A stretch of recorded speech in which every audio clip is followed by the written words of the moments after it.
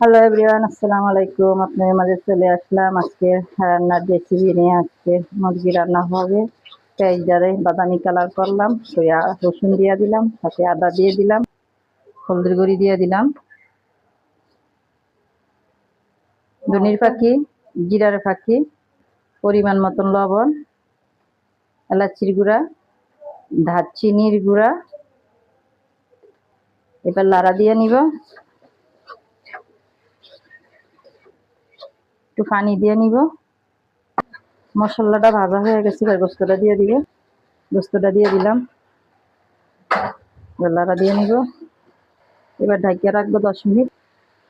মুরগিটা কষানো হয়ে গেছে, এবার ঝোল দিয়ে দিব।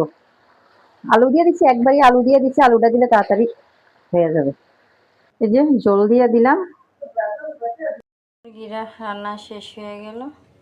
এই যে আমার মুরগি রান্না করা শেষ হয়ে গেছে। তোমরা সবাই আমার ইউটিউব চ্যানেলটা সাবস্ক্রাইব করবে, ফেসবুকে গেলে লাইক কমেন্ট শেয়ার করে দেবে।